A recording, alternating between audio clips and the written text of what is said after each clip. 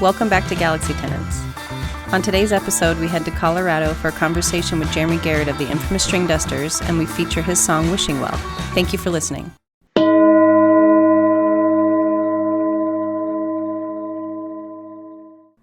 Jeremy Garrett, how are you? I'm doing great, man. How are you, my friend? I'm good, man. I'm feeling hopeful for the first time in a long time with the way the vaccines are going, and you know, who thought we would be excited to feel normal again? I know, man. I don't know what normal is, I guess, or what it's gonna be, but something is on the horizon that's different than what we've been doing, which is good. Yeah, it feels good to have like some direction and like a plan and things actually happening. It's really great to see. I didn't realize how hopeless one could feel while there was a global pandemic and nothing, like no plan. That was crazy. Yeah, with no plan and just, sitting idly by. For some of us, that's a pretty tough thing to do. I'm as a recovering workaholic for the last year, you get a little bit batty, but I've gotten a lot done around the house. Is this your recovery? Yeah, this is part of my recovery.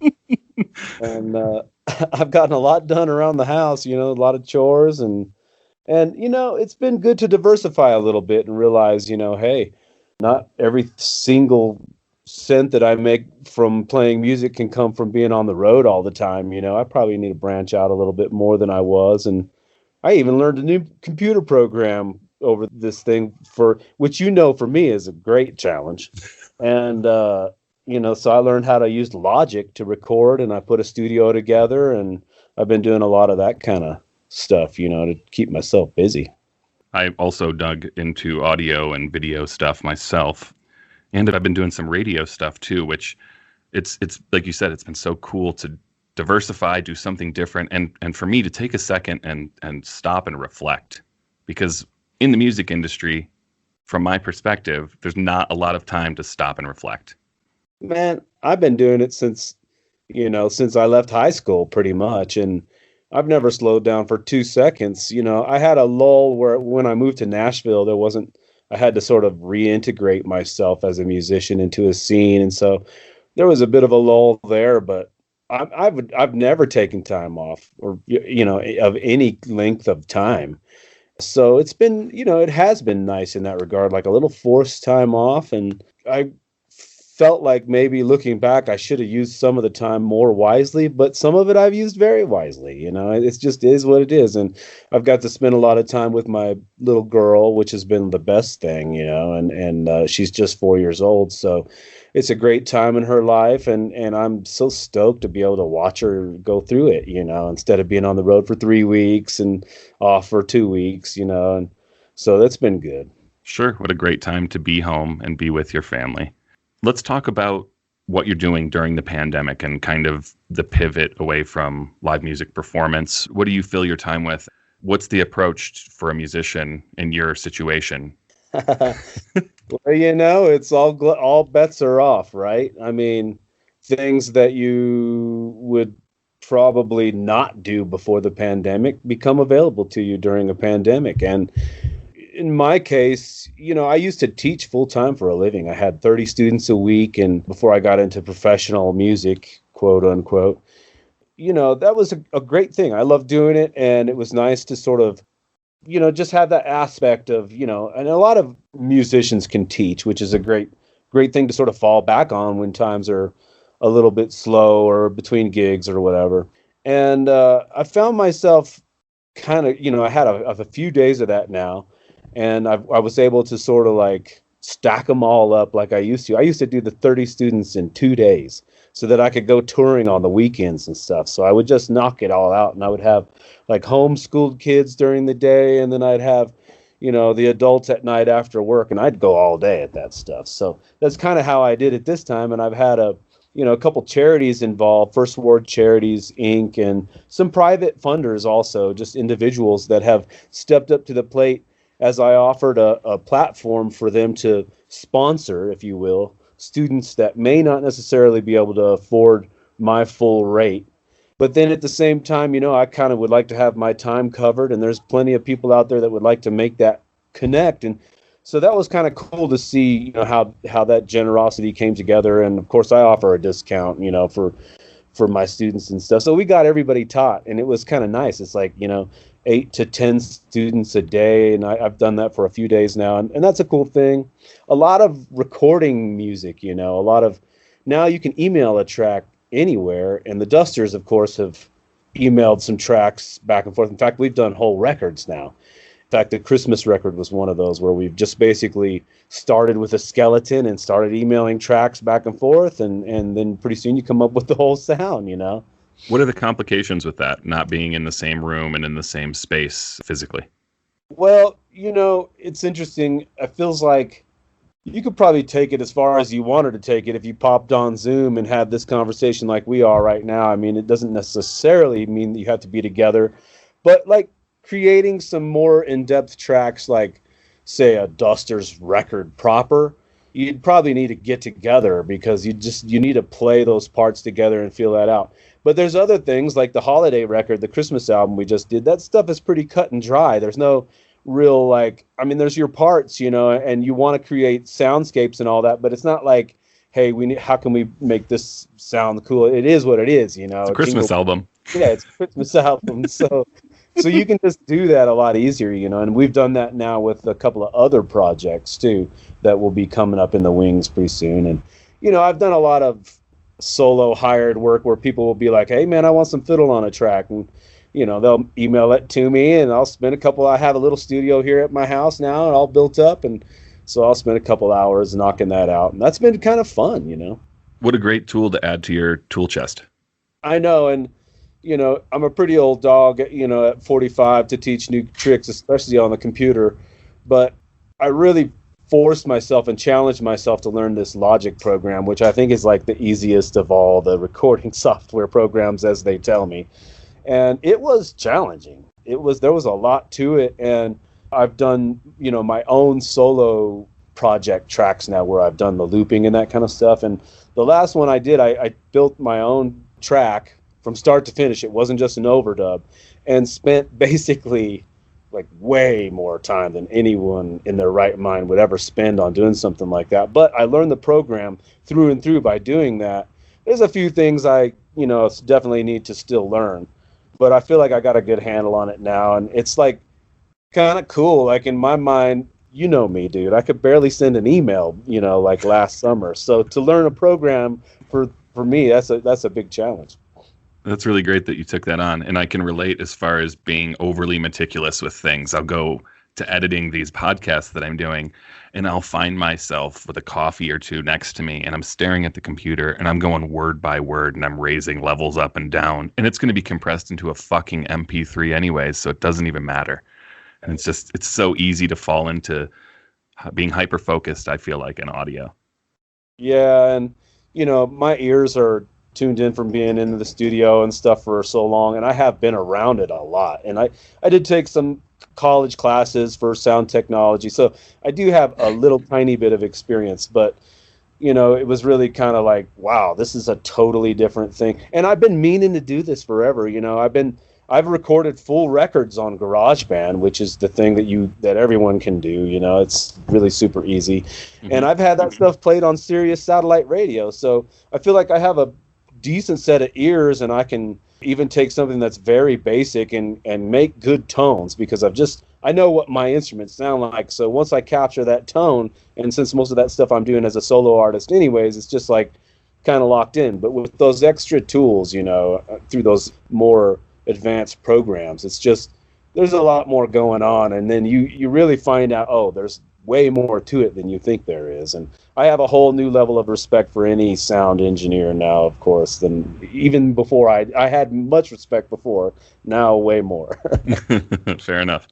Have you been doing any shows during the pandemic? If you have, can you talk about kind of the procedure surrounding that and the safety in those situations?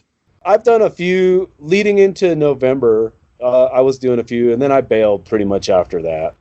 You know, I did a little surprise thing downtown in Denver, and I didn't advertise it. It was just like, just roll in and start picking. And it didn't feel too comfortable to me, quite frankly. It was an indoor thing, which I only do outdoor things, but this one happened to be an indoor, like, big space restaurant, like 25% capacity, but it just doesn't seem like it's time for that. So, but I wore a mask the whole time. I'm big on that. I follow procedures, but anything that's coming down the pike right now is all outdoors, as far as I understand. There's a few things like the infamous trio is doing the Villar Center coming up, so that'll be an indoor thing. But, it's very limited, and there's been precedents from other artists doing it before that, and I think if you do the masks and you keep your distance, you can do this stuff safely.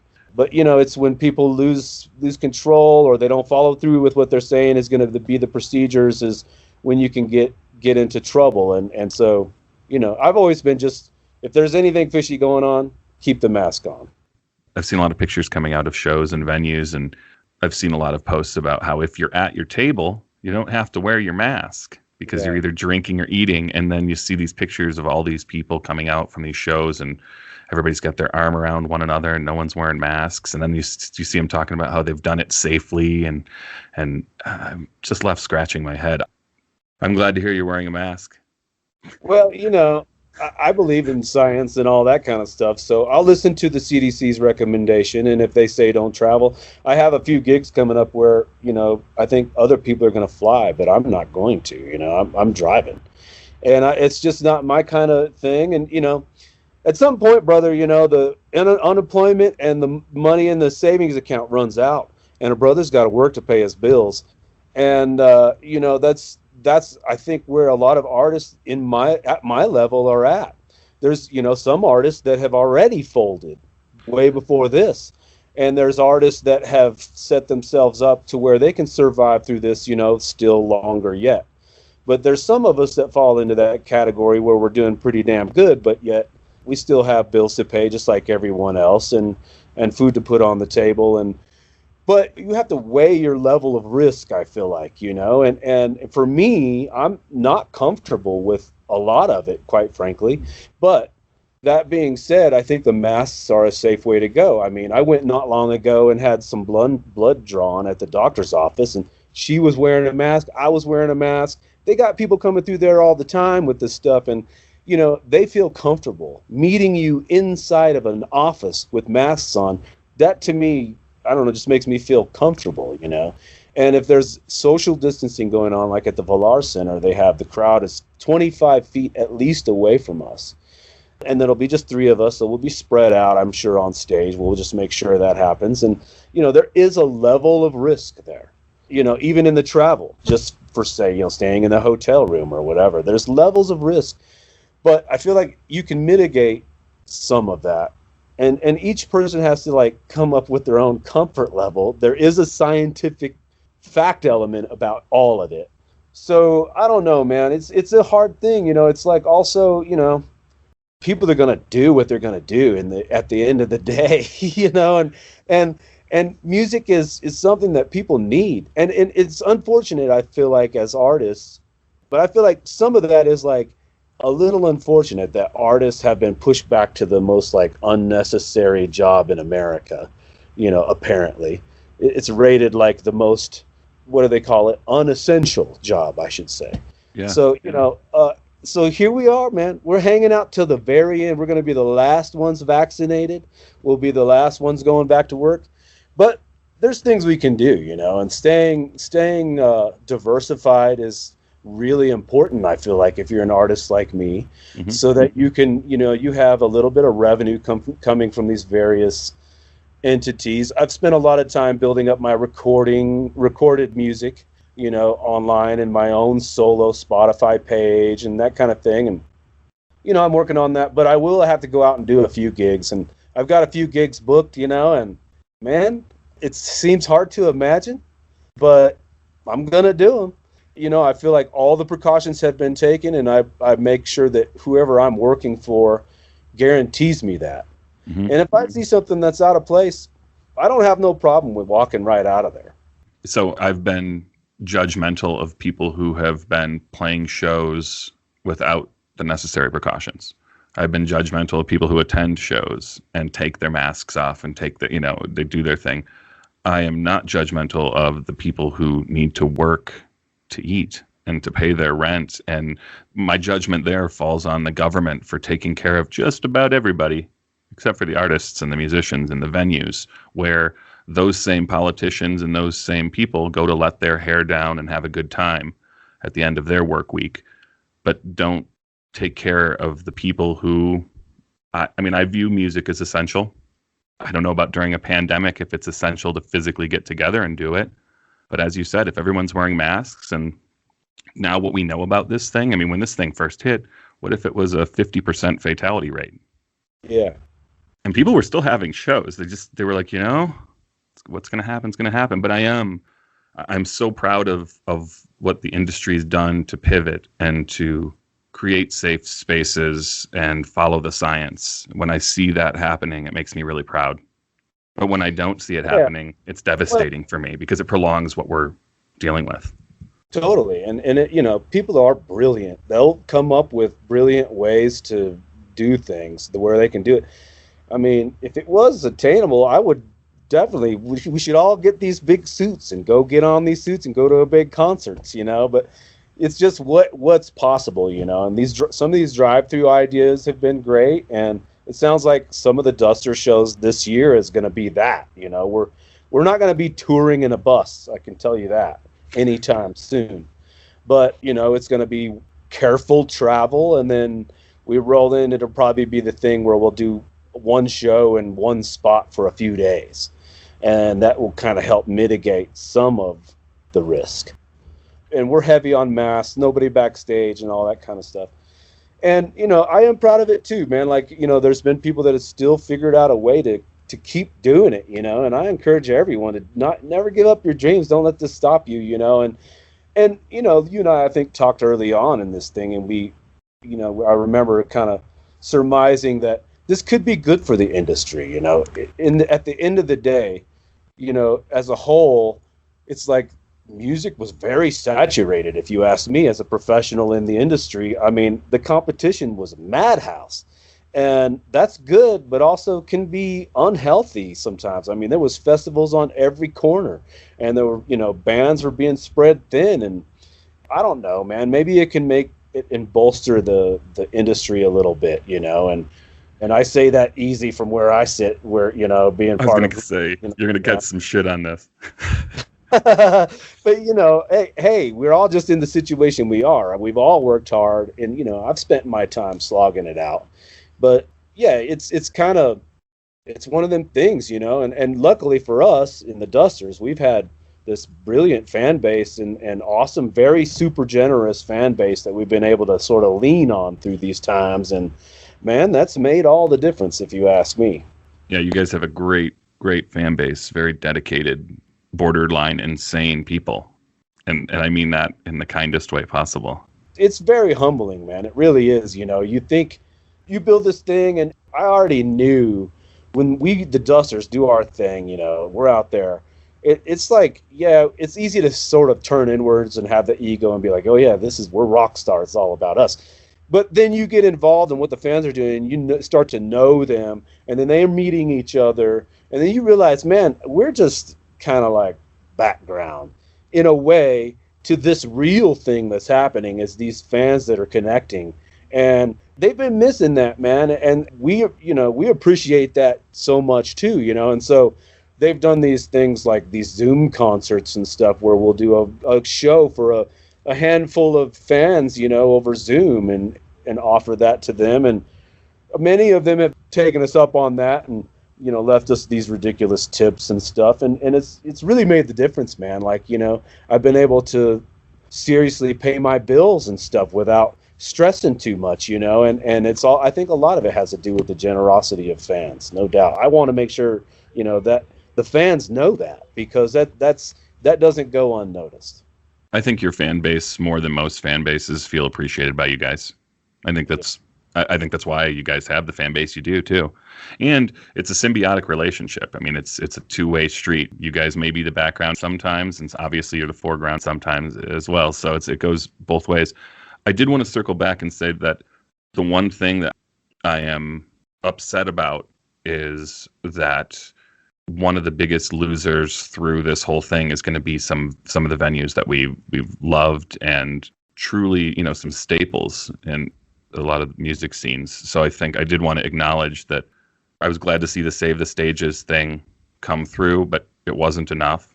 And it seems like a lot of folks who were big proponents on the Save the Stages thing didn't actually benefit from it, which was tough to see. I don't understand it, man. Personally, I don't. I mean, politics are what they are, and they've been a load of BS, if you ask me, lately.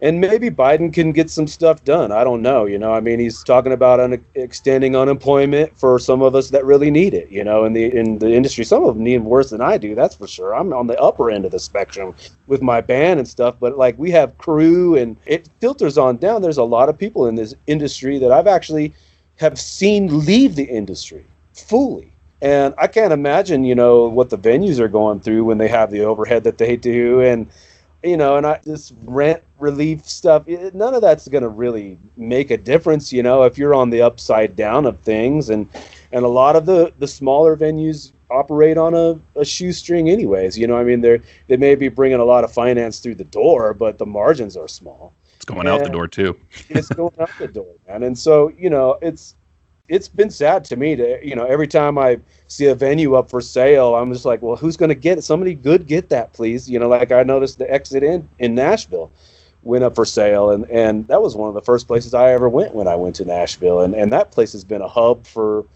our kind of music forever.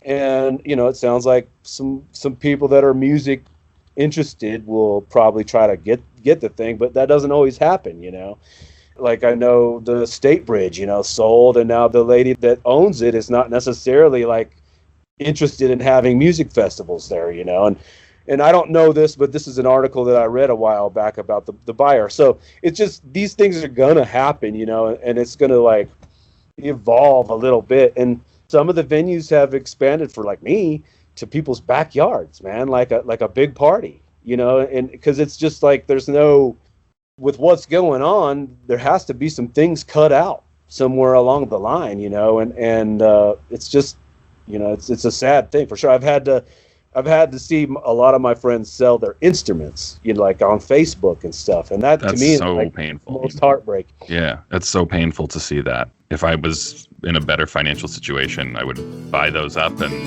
let me know when you have the money and you can come back and get it. We'll do a pawn situation,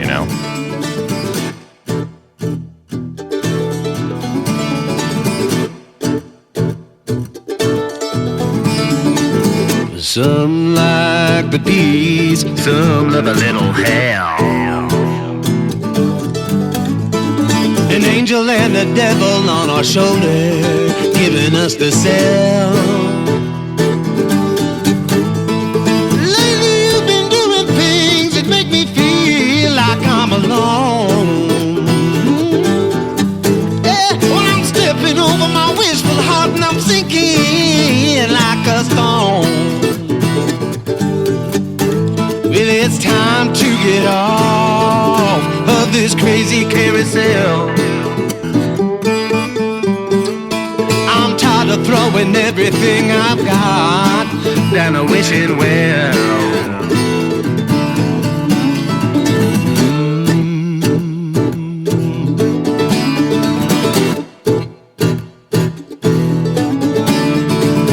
Some like to rock and some like to roll.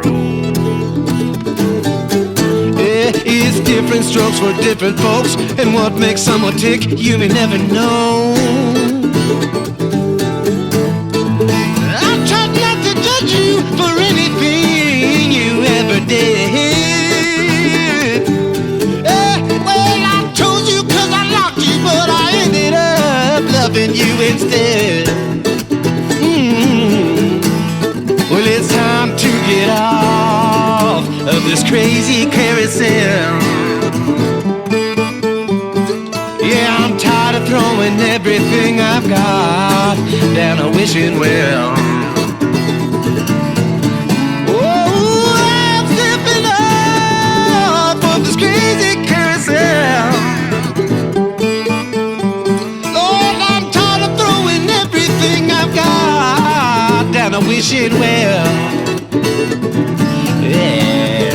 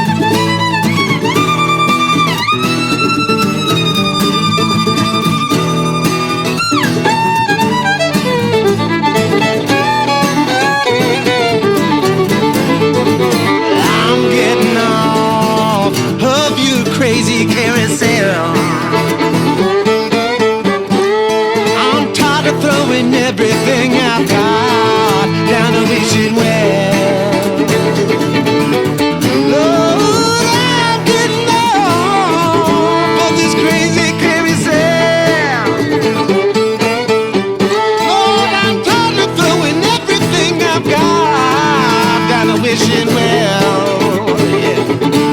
Yeah, down the wishing well. Oh, down the wishing well.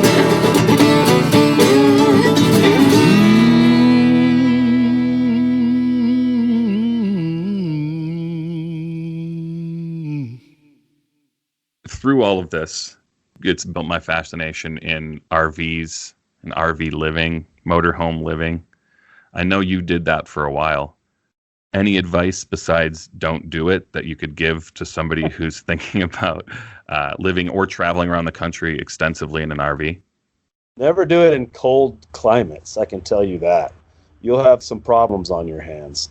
And then create yourself a little network of helpers around the country, people that you know that you've had problems and helped you fix stuff before. Keep their name in a book and call them and try to hold off on doing stuff until you get back to that place and have that person do it, the people that you trust. You know, you find those people out there on the road and you need to know them.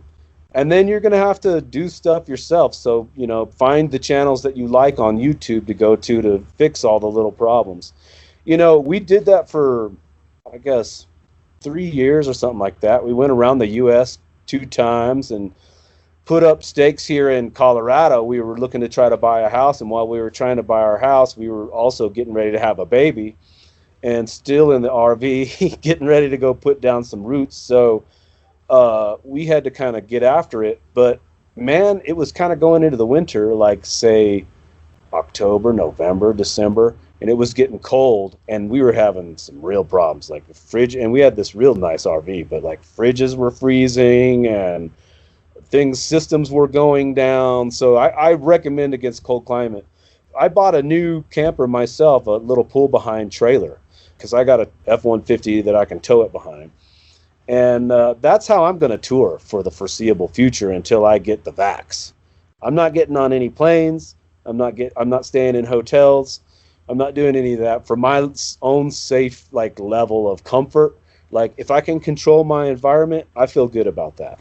So I'll go do the things I need to do, and that's actually how I'm planning on doing it. So I highly recommend it. I also recommend, getting something small. The smaller the better, because things are all getting small right now. Like, many of our national parks won't let you stay in anything over 35 feet anyways.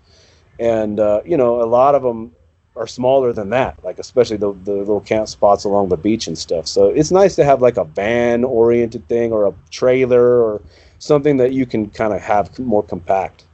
Yeah, we're looking at the options right now. And I got to say, I'm happy to hear you lay out your plan to not stay in hotels and not fly. I think that's really wise right now. That said, we should be able to get the vaccine in the next few months here, I would think. Yeah, I'll probably fly after I get that, maybe.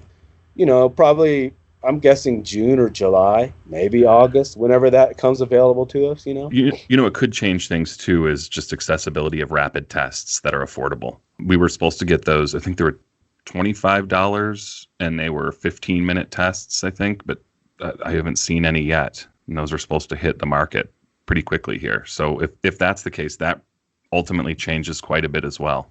Yeah, and they get that Johnson & Johnson. It kind of sucks. It sounds like we're going to have to do this crap every year, these booster shots or whatever, at least for a while. Who knows? But at least it's a level of protection. And, but even still, I feel like personally, I might just ride it out a little bit longer on my own in my own environment, just because, my wife still has to get the vaccine, and then it's not available to children yet. So I just, there's been plenty of people have it, no problems, but, there's these long haulers. And for me and my family, I think it's just best to try to mitigate the risk as much as possible. And so, we should probably know a lot more, I would think, by May or June. Definitely. And if you can, and you have the resources to travel differently and to do it in a safe way, then that's great. My folks are they've been doing some traveling. They came out to Colorado a while ago, and they went down to Florida. They just got back, and it's a matter of quarantining before they get in their trailer, using the trailer for the bathroom, for all food, all the way out and back, and us quarantining on this end so we could see them. There are ways of doing this.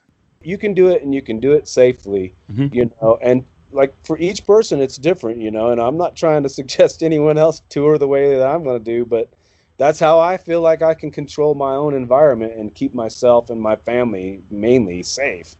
And then, when things get loosened up, I'll get back on a plane again. But, I already didn't like having somebody's arm laying on my arm, sitting in a plane for 4.5 hours. So it wasn't a hard decision for me. I think I'm probably going to be that asshole that wears a mask ongoing in those kinds of settings, just because I've learned so much about how things spread and droplets, and you watch those models on a plane of somebody sneezing in the back, and then the droplets go all the way up to the front of the plane. And I don't know, man, being in a packed venue, knowing that I'm sharing air with all these dirty ass people makes me just want to wear a mask ongoing. But that's me. I know, we're all dirty, man. All of us. I know. But it'll come back around to being normal, once we can see some science that says the numbers are like, so low that you probably won't even, a chance to be struck by lightning before you could get it or whatever. We see the right numbers that all of us need to see to get us back in that comfort zone. We'll be back. Until then, I think music's probably going to be coming to people at a premium. It's going to cost a lot to go see music, and it's going to be a limited thing for the next year to year and a half, maybe 2 years. And I know we're loosely talking about doing some kind of bus touring in 2022 at the earliest, but I don't know. Things could change, and if things change, hey, we're ready to roll. We're adaptable, and in the music industry, you have to be. I'm with that. I think 2022 I think that's where it's at. I think that's where most things will return to what we've enjoyed previously.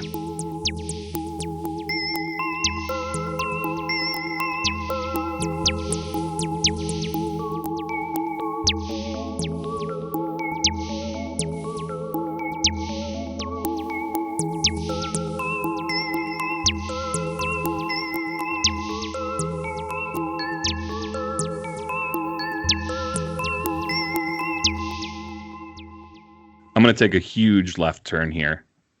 I want to ask you, what are the pressures of playing bluegrass music, coming from bluegrass being such a traditional genre, being somebody that's on a traditional scene, playing progressive music? I am curious as to your perspective. What are the pressures of playing in the bluegrass genre? I guess there's quite a few little underlying currents of pressure, if you call it that. I'm from the West originally, so that's probably why I'm lean a little bit more progressive. But I did grow up fairly conservative, and I think that most of my family has conservative values, and I respect a great deal. And I'm not a Democrat either or a Republican. I register as an independent. I hate party lines personally. I don't believe in having a king. So that's just my own personal thing. I want to vote for the guy I think is the best guy. Over time and the older I get, I feel like I'm getting more liberal. Just because, I have my own experiences, and I travel all over the world, man. I see it all on a daily basis, back touring. And it's opened my eyes to a lot, and I'm not afraid to admit it. I'm an open-minded dude, and I try to, I might say one thing one day, man, and I might change my mind, next month. That's how I operate. I'm not stuck on something, and if somebody can teach me something, I want to learn it. So, that's always been sort of how I'm geared in the way that I look at the world, even though, I came up from a more conservative sort of scene. And I think a big deal with bluegrass is, I don't know, there's a lot of pent up old feelings that come from long ago in the bluegrass world. And the music is primarily from the South, right? The Appalachian country and stuff. And so there's a lot of harbored feelings that sort of have made their way down through the history, and it's carried through the music a little bit, and the personnel, the people involved in it and everything. And when I learned about bluegrass music, I was from Idaho, man. So I didn't have any of that preconceived, this is our music club kind of vibe at all. It was just, I respected the music very much, so I wanted to check it out. My dad was into the music, so he influenced me a lot, So so when I moved to Nashville, it was very eye-opening that there was a lot more kind of like undercurrents that were pressures going on in the music. And, I toured with a great number of bluegrass folks, legends, people that are very well respected, and a lot of great musicians and stuff. But one of the things that I noticed is there's still a great deal of racism going on throughout, the bluegrass community. There's a lot of people that aren't racist too, but that struck me as something that was odd, and I guess because of where I came from, not that we didn't have racism of some sort in Idaho, but I just never saw it like that personally. Like I never had been exposed to the South North thing and really the whole black white thing. Like I never knew anybody that was black in Idaho, so I didn't have any of these things going on in my personal head.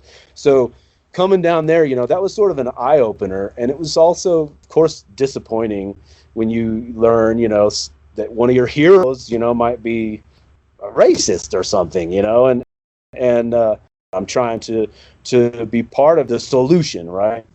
So, those little pressures like that. And then the other thing is probably, there is sort of a club, this is my club, not your club kind of vibe. And there's an undercurrent there. Now, most of the professionals I work with don't have this. And it's like, because you move on beyond that mentality. Eventually, you're just like, man, I just want to play some cool ass music with some badasses, and so there's not that in a lot of the professional scene that I, especially now that I'm involved in. But it's just kind of, there's different pressures for sure, and different vibes that come through. And just like America, it's a picture of everything, although bluegrass is a little more tunneled, and it does have an effect on the music. I feel like in the past, it's been something that's held it back.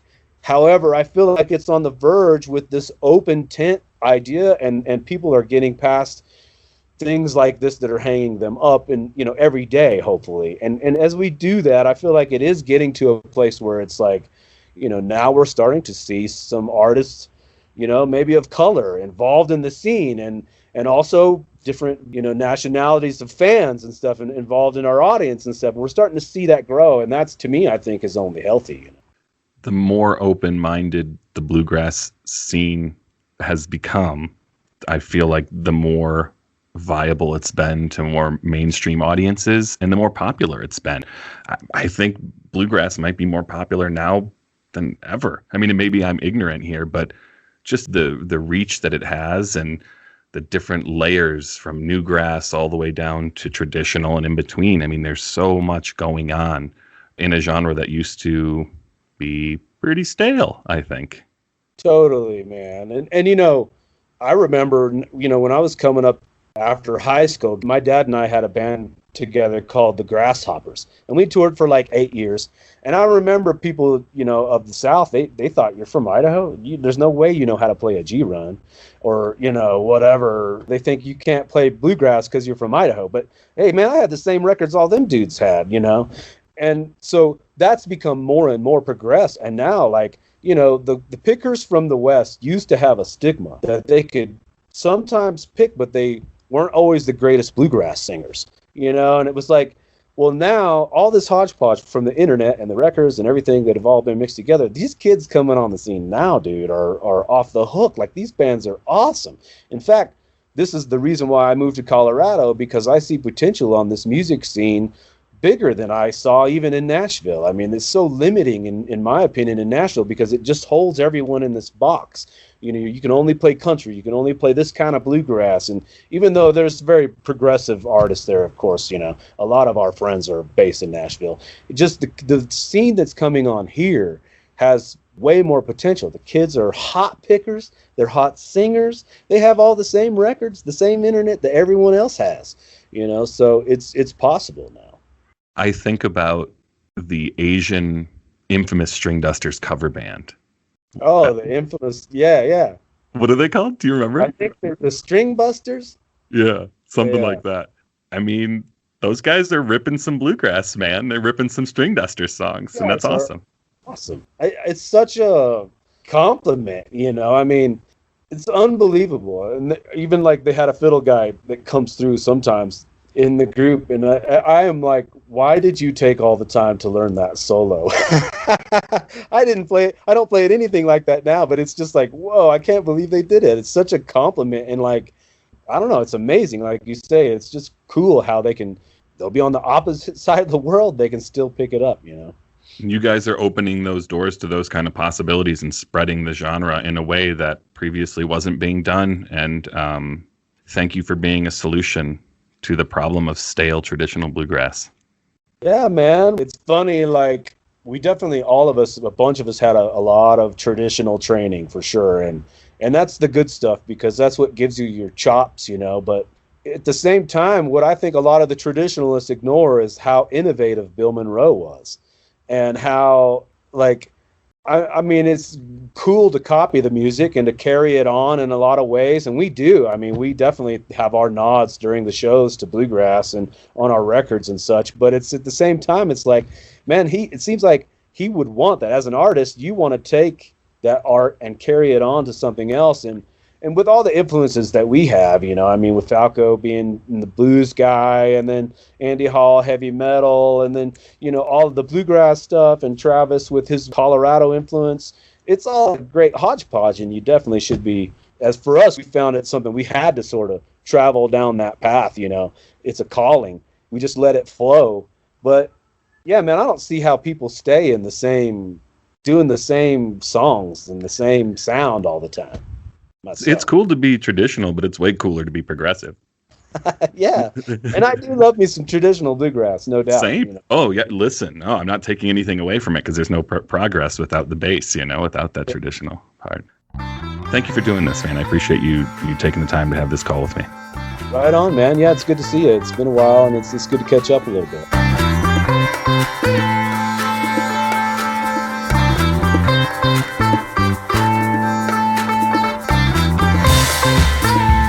Thank you for listening to Galaxy Tenants. If you enjoyed this episode, be sure to subscribe, like, rate, and review wherever you listen to podcasts. For early access to episodes and exclusive content, check us out on Patreon. Also, if you'd like to communicate with us, send an email to galaxytenants@gmail.com or leave a voicemail on the Galaxy Tenants hotline at 303-550-2065.